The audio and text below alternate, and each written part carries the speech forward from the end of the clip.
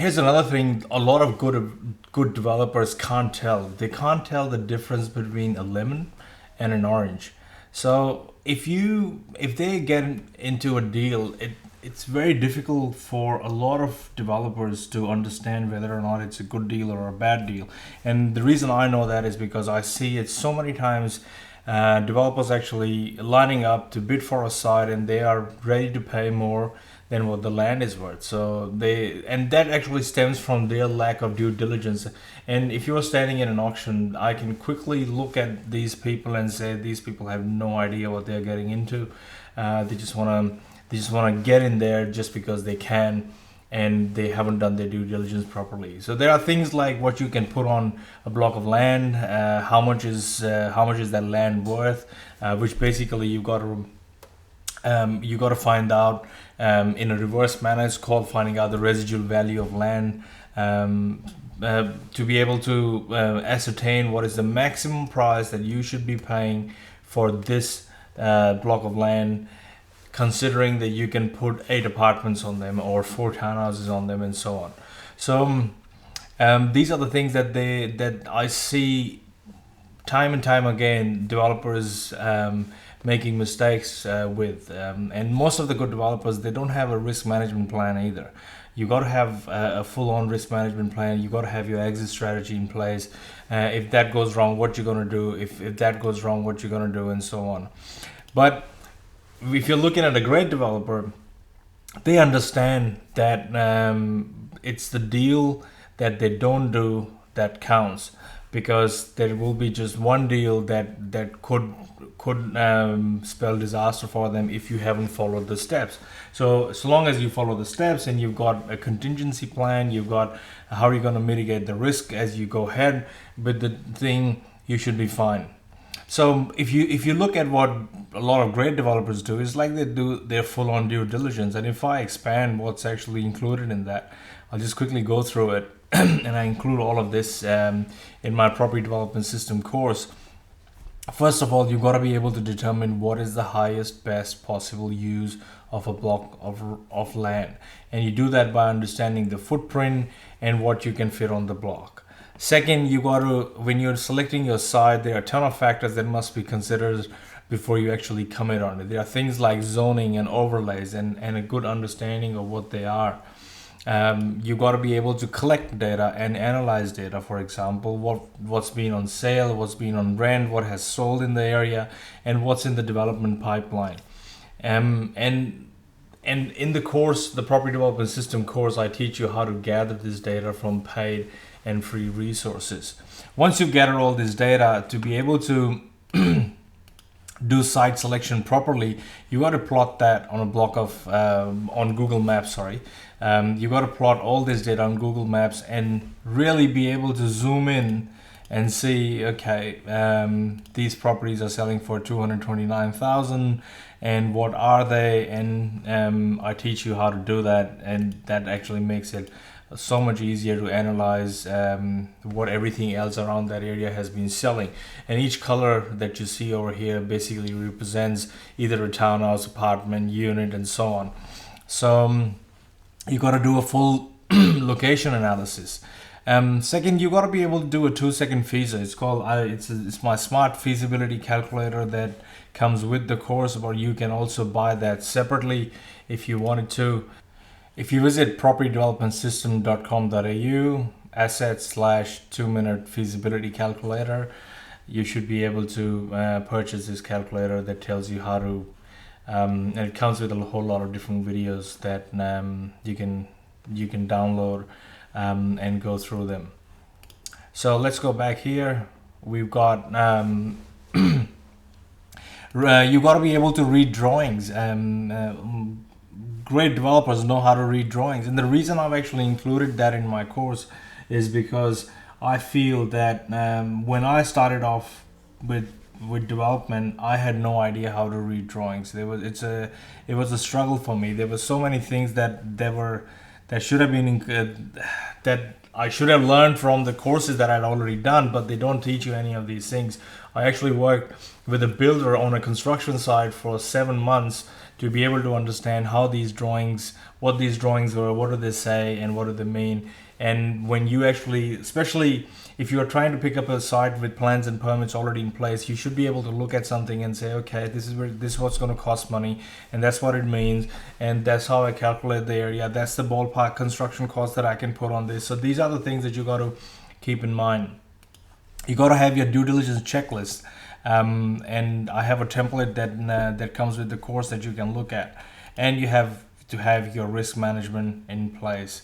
So these are some of the due diligence things that great developers understand, and they also understand that it's the deal that they don't do that counts.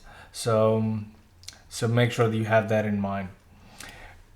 A lot of good property developers, don't get me wrong, they don't understand how numbers work. Usually they don't know the complete capital requirements or cash injections for the duration of the project, and they do sometimes run out of money.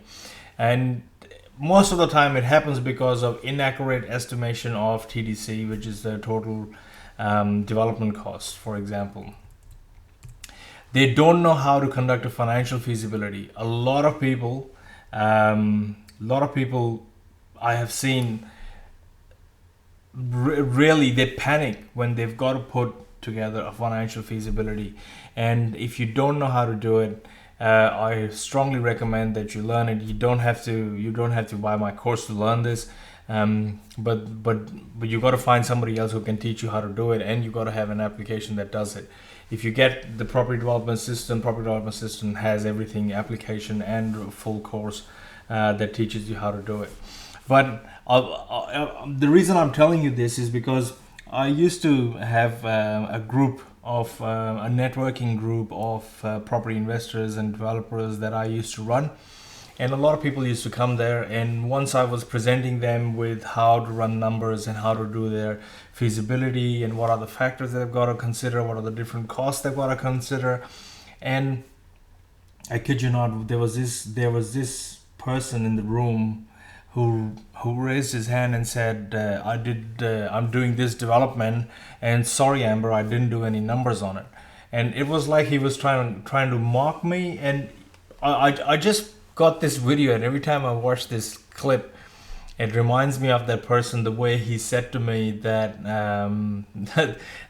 sorry, I didn't do any numbers on it, but I'm still doing the development. Of course you can, because you're a good developer, you're not a great developer.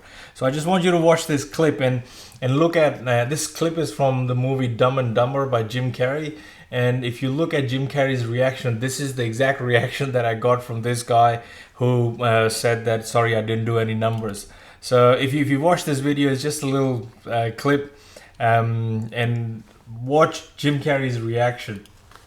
You sold my dead bird to a blind kid? Lloyd, what do you... Petey didn't even have a head. Harry, I took care of it. So the way Jim Carrey says, Harry, I took care of it, that was the attitude that this really good developer had when he said to me that he didn't do any numbers on his site. And I said, okay, it doesn't matter. And a lot of people, I'm not saying that his development would go bad or it would go south, but chances of him getting caught out or him coming across some expenses that he hasn't accounted for or allowed for in his feasibility to begin with are greater than someone who's actually done their numbers properly before they actually start doing something. So great developers not only know how to conduct a 2-minute feasibility, they also understand how to do a complete full-scale financial feasibility, and that's a very important skill to have. This requires a knowledge of important concepts to understand numbers.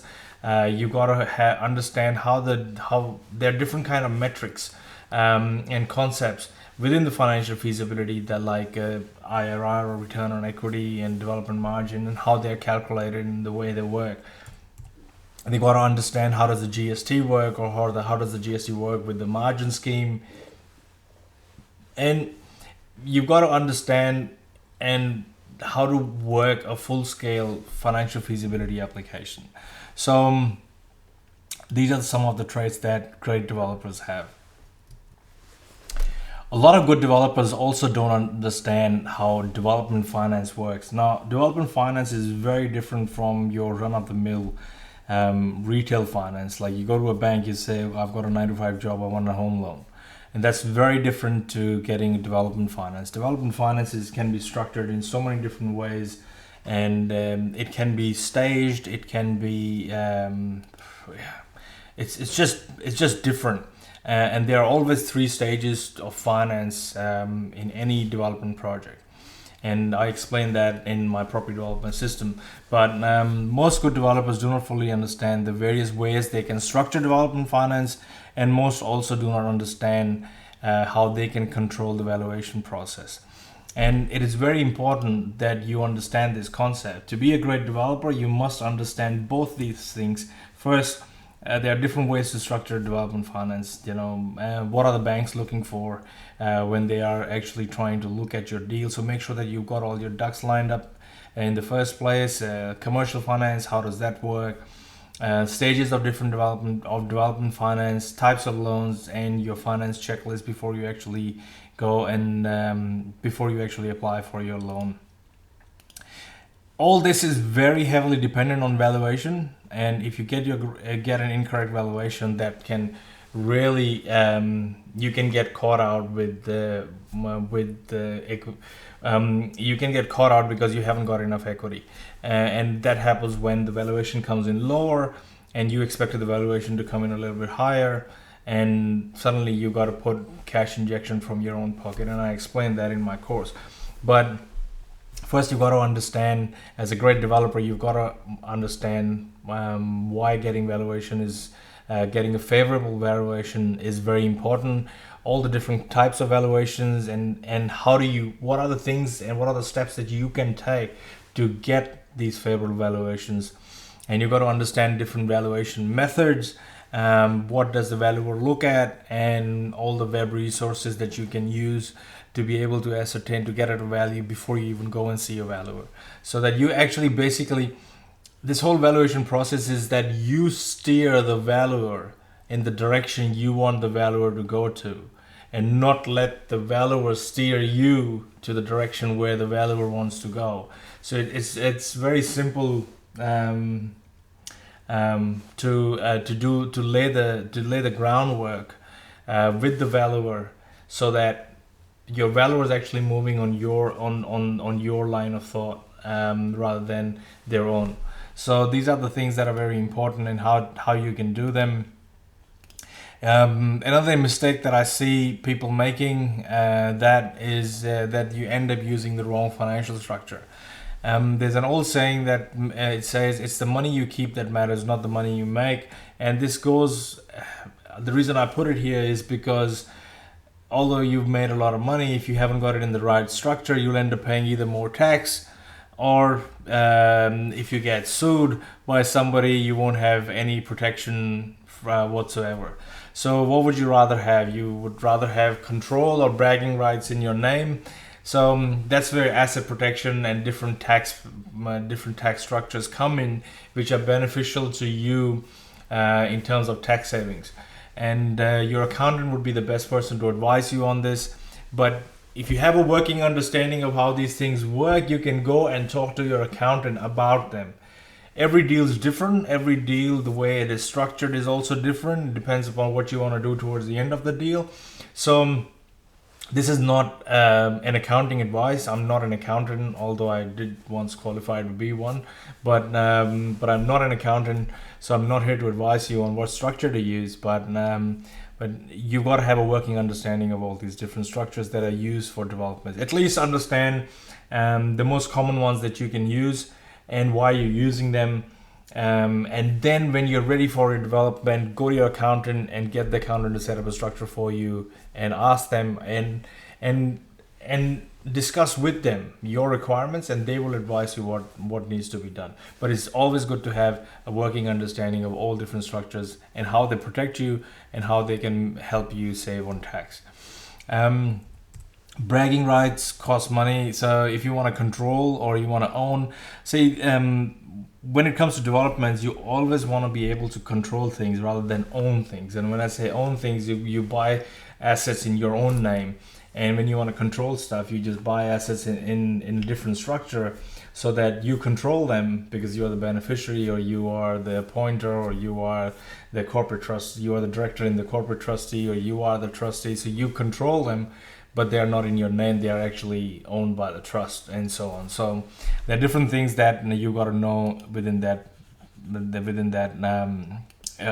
within this module, basically. And I see a lot of people who have no idea, who've gone and done this development in their name or their wife's name or whatever, and then they don't understand when they've got to pay a whole lot of tax because they chose the wrong structure. Great developers understand all different financial structures, and they also know how to negotiate well.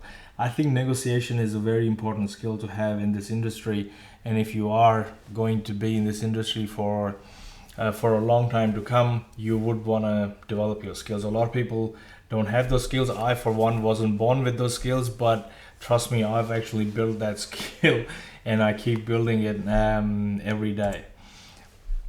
So most of us are not born negotiators.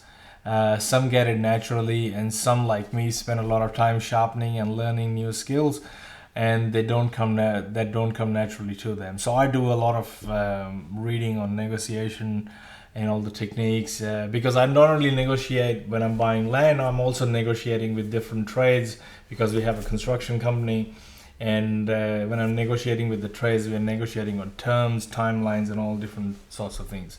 So, and negotiation is such a good skill to have that you could be negotiating with your kids, you could be negotiating with your wife, your friends, your business partners, and so on. So it's a very important skill, and it is the same skill across the board. It doesn't matter if you're negotiating to get a free upgrade, or you are negotiating on a property deal. It's just the tactics that change, but the negotiation principles at the bottom of negotiation remain the same. So good developers understand that, and I've got a small module. Negotiation is such a vast field that I can actually do a full course on negotiation. In fact, I've been working on something that I can put together for negotiation. But you got to understand how this works properly. So that's one of the skills that a lot of good developers have.